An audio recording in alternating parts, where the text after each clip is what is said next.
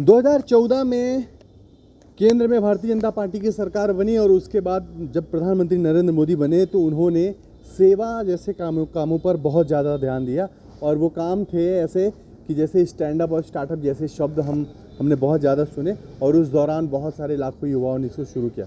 इसकी एक मिसाल है, हमारे साथ ये दो बंधु खड़े हुए हैं, साहू बंधु दोनों हैं, और इन लोगों ने 2015 से शुरुआत की अपने स्टार्टअप की और आज के तारीख पर ऐसी जगह पर खड़े हैं कि पूरे छत्तीसगढ़ प्रदेश भर में चुन के लोगों को लेके आते हैं उनका सम्मान करने के लिए। और वो ऐसे लोग होते हैं जो अपनी अपनी फील्ड में महारत हासिल करते रखते हैं, अलग अलग क्षेत्र के, अलग अलग वर्ण के, अलग अलग हर जगह से। हमारे साथ ये दोनों लोग खड़े हैं, देवदत्त साहू और प्रवीण साहू, ये दोनों हैं। हम इनसे सीधी बात करते हैं और चर्चा करते हैं कि अभी आगामी एक आप कार्यक्रम करवाने वाले हैं जिसमें महिलाओं का स्वागत किया जाना है, महिलाओं का सम्मान किया जाना है। क्या कार्यक्रम है वो और इस कार्यक्रम की रूपरेखा कैसे बनी?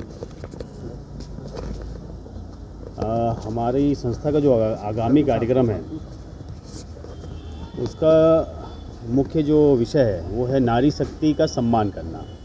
और जो नारी शक्ति है, चूँकि नवरात्र का पवित्र महीना आने वाला है, तो हम चाहते हैं कि ऐसी महिलाओं का सम्मान करें जो निस्वार्थ भाव से अपने क्षेत्र में समाज के लिए काम कर रही हैं, और ऐसी स्व सहायता समूह और महिला संस्थाओं का सम्मान करें जो दिन रात लगी रहती हैं महिलाओं के रोज़गार के लिए, और नई नई जो महिलाओं के लिए जो विषय आते हैं जिसमें उनका सशक्तिकरण हो सकता है।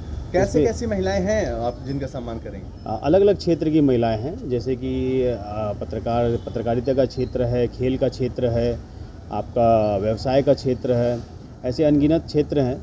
तो इन सभी क्षेत्रों से हम महिलाओं को ले रहे हैं। करीब 10 से 12 महिलाएं ऐसे अलग अलग क्षेत्रों से हैं, और करीब 10 एक समूह जो हैं और महिला संस्थाएं जो हैं वो ऐसी क्षेत्रों से जो कहीं ना कहीं महिलाओं के लिए उत्थान के लिए काम कर रहे हैं। तो अच्छा, ठीक है। 2014 से आपकी शुरुआत हुई और आप दोनों तब से साथ में हैं?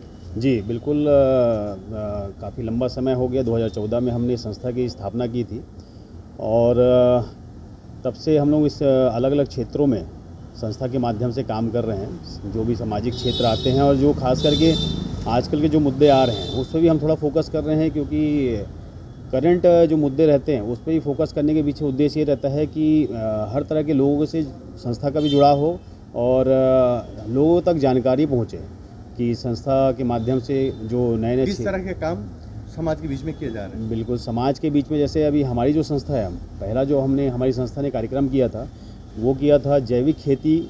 इसका 3 दिन का रेसिडेंशियल का कार्यक्रम किया था। उसमें 1200 किसानों को हम लोगों ने जैविक खेती का पूरा ट्रेनिंग दिया था।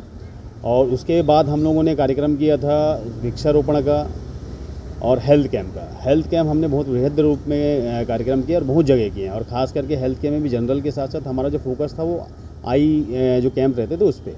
तो उसमें हमने 2-3 हॉस्पिटल और इन लोगों का सहयोग लेके कम से कम 56 से 57 लोगों का मोतियाबिंद का ऑपरेशन भी करवाया है निःशुल्क। इसके अतिरिक्त हम लोगों ने अभी ये जो कार्यक्रम चल रहे हैं इसके बीच में अभी आपने देखा होगा कोरोना जैसी बहुत बड़ी महामारी आ गई थी।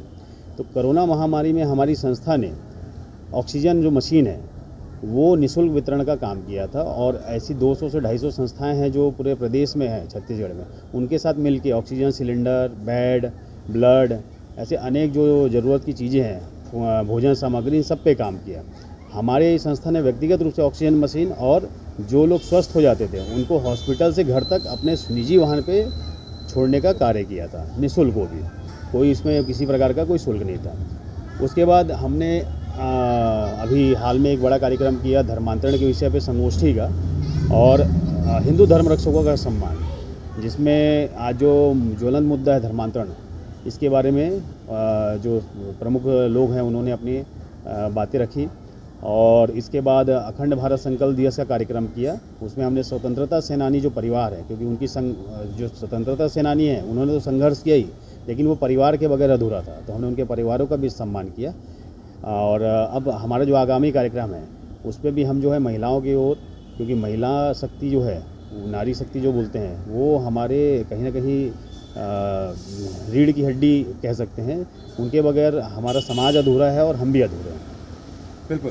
देखिए, विष्णु जी की बात हुई है और अब देखिए प्रवीण जी से बात करें। ये जो जर्नी है पिछले 2015 से लेकर अभी तक की, इसमें आप कहाँ पर रहे, किस भूमिका में रहे विष्णु जी इनके साथ में, देवदत्त जी के साथ में किस भूमिका में रहे और क्या कुछ रहा उसके बारे में बताया। जैसे कि आप पेशे से हैं तो सीए, लेकिन आप अकाउंट ही देखते हैं शुरू से कि अभी कुछ और अलग से भी है?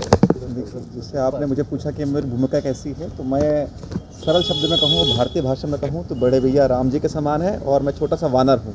हनुमान भी नहीं कहूँगा अपने आप को, एक छोटा सा वानर हूँ जो है ना राम काज के हित में काम करता हूँ, है ना। पेशे से सीए हूँ, साथ में स्कूल संचालन का भी कार्य है और भैया से साथ लग के हम बहुत सारे सामाजिक क्षेत्र में काम कर रहे हैं।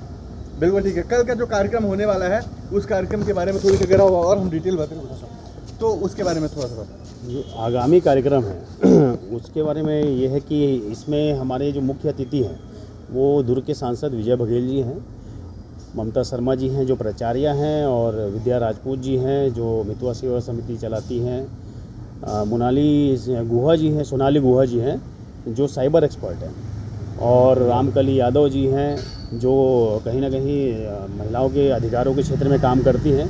तो ऐसे अलग अलग क्षेत्र हैं जिस पे अलग अलग लोग, और ब्रह्म कुमारी आश्रम से सविता दीदी हैं। तो विषय सब अलग अलग हैं और इन लोगों को लाने के पीछे मुख्य उद्देश्य ये है कि आज जैसे हम देखते हैं साइबर ठगी का मामला है, तो वो सोनाली गुहा जी उसकी एक्सपर्ट हैं, तो हम चाहते हैं कि महिलाओं तक ये विषय जाए। शिक्षा का जो मामला है तो ममता शर्मा जी प्राचार्य हैं, तो हम चाहते हैं कि ये विषय उनके माध्यम से जाए। विजय बघेल जी सांसद हैं, तो महिलाओं के लिए जो योजनाएं हैं सरकार की, समूहों के लिए जो योजनाएं हैं सरकार की, उनके माध्यम से उन तक जाएं। तो ऐसे सबके लिए अलग अलग विषय हैं।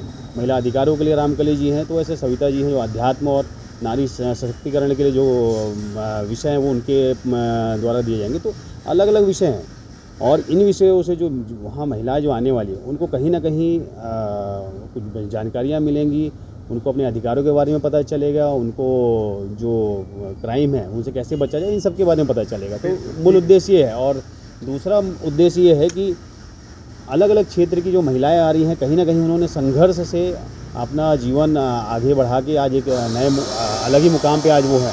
तो उन महिलाओं को भी प्रेरणा मिले जो वहाँ उस कार्यक्रम में उपस्थित हों, देखें। तो हम भी चाहते हैं कि वो भी आगे बढ़ें, उनसे कुछ प्रेरणा लेके। बिल्कुल ठीक है। तो नवरात्रि का टाइम चल रहा है और हमारे देश में इसमें ऊपर 9 दिनों तक देवियों की पूजा की जाती है। जैसा कि हम कहते हैं कि आदिशक्ति माता की पूजा हो रही है, तो देवता भी देवियों के बिना अधूरे रहते हैं और ऐसे में महिला सम्मान कराना एक बहुत बड़ा काम कर रहे हैं ये दोनों ही साहू बंधु।